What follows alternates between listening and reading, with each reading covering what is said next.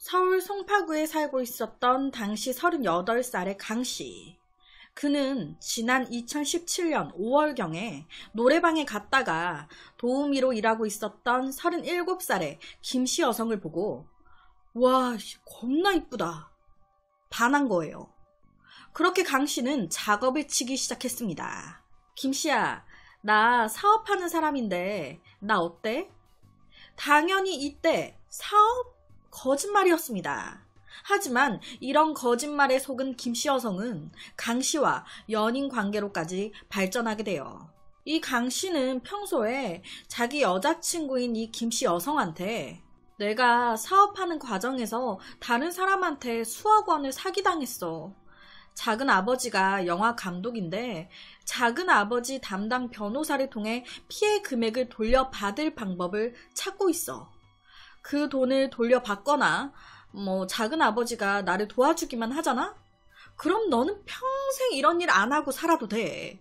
내가 다 너 먹여 살릴 수 있다니까? 무슨 자기가 부자인 양 경제적으로 도움을 줄 수 있는 것 마냥 말을 했고, 이런 거짓말을 김씨 여성은 철석같이 믿었습니다.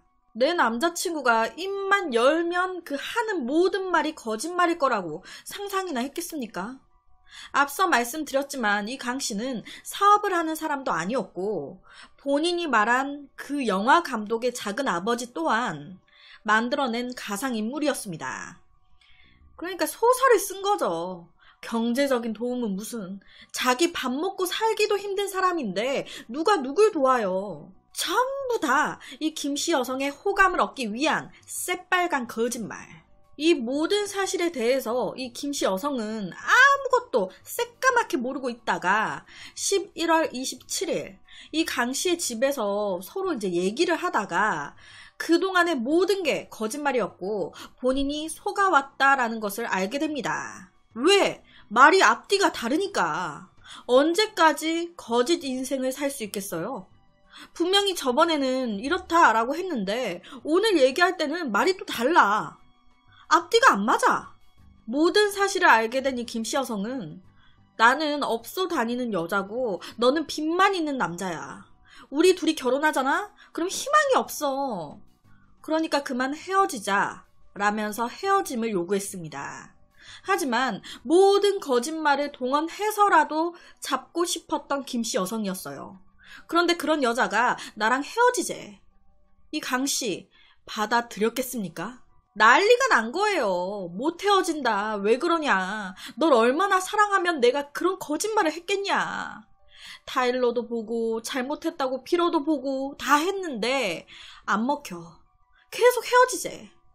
이에 격분한 강씨, 끝내 이 김씨 여성을 살해까지 하게 된 거예요.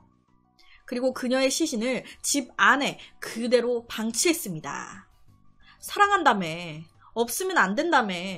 그런데 그런 여자를 죽이고 방치. 사랑이 맞았던 걸까요?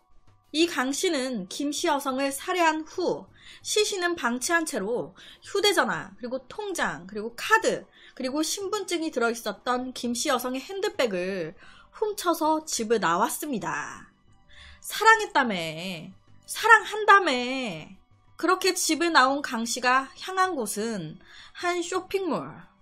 이 강씨, 자기 딸이 있었어요. 자기 딸한테 43만원짜리 장난감을 사준 거예요. 아, 이거 내 딸 줘야지. 그리고 이제 김씨 여성의 이제 지갑으로 결제.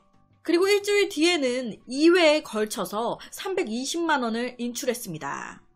그래서 뭐 했냐? 자기 성적 만족을 채우려고 조건 만남을 했어요. 사람 죽여놓고 별걸 다 하고 다녔죠. 조건 만남 여성한테 그 돈을 지급했습니다. 이 강씨는 김씨 여성의 계좌에서 총 39회에 걸쳐서 3,684원이나 뺐습니다. 그 후 자기 채무 변제에 사용했어요. 한편 이 김씨 여성의 주변 지인들은 갑자기 김씨 여성이 연락도 안 되고 안 보이니까 경찰에 실종 신고를 하게 됩니다. 그리고 실종 신고를 받은 경찰은 제일 먼저 김씨 여성의 핸드폰으로 전화를 걸었어요. 당연히 받을 리 없죠. 하지만 경찰이 연락을 해왔다라는 걸 알게 된 이 강 씨는 자기가 김 씨 여성인 것처럼 위장해서 경찰에 허위 문자를 보냅니다. 죽여놓고 안 죽은 것처럼. 강 씨는 김 씨 여성을 살해한 후 18일간 이 시체를 방치했고요. 그녀가 극단적인 선택을 한 것처럼 위장했어요. 하지만 이런 또 거짓 인생 얼마나 가겠습니까? 얼마 안 가 강 씨의 범행은 바로 덜미가 잡혔고 살인, 사기, 절도 등 위반 혐의로 기소가 됐습니다. 그리고 이 강 씨 최종적으로 징역 20년이 떨어졌어요. 징역 20년. 재판부는 사람의 생명은 우리 사회의 근본이 되는 가장 존엄한 가치이자 법이 수호하는 최고의 법이길 뿐만 아니라 침해될 경우 어떠한 방법으로도 피해 회복이 불가능한 것으로 이를 침해하는 행위는 그 이유를 불문하고 결코 용서될 수 없다. 피고인은 연인 관계에 있었던 피해자로부터 경제적인 처지 등을 비난받자 자존심이 상한다라는 그 이유로 피해자를 살해한 다음에 피해자의 금품을 훔쳐 자신의 채무 변제 등에 사용했다. 피고인은 체포될 때까지 18일간 피해자의 시체를 그대로 방치해 두었을 뿐만 아니라 실종 신고를 받고 피해자를 찾는 경찰에 피해자의 휴대폰으로 마치 자신이 피해자인 것처럼 문자를 보냄으로써 수사를 방해했다. 또 피해자가 자살한 것처럼 위장하려고 했고 자신의 범행을 적극적으로 은폐하려고 하는 등 그 죄질이 매우 좋지 않다.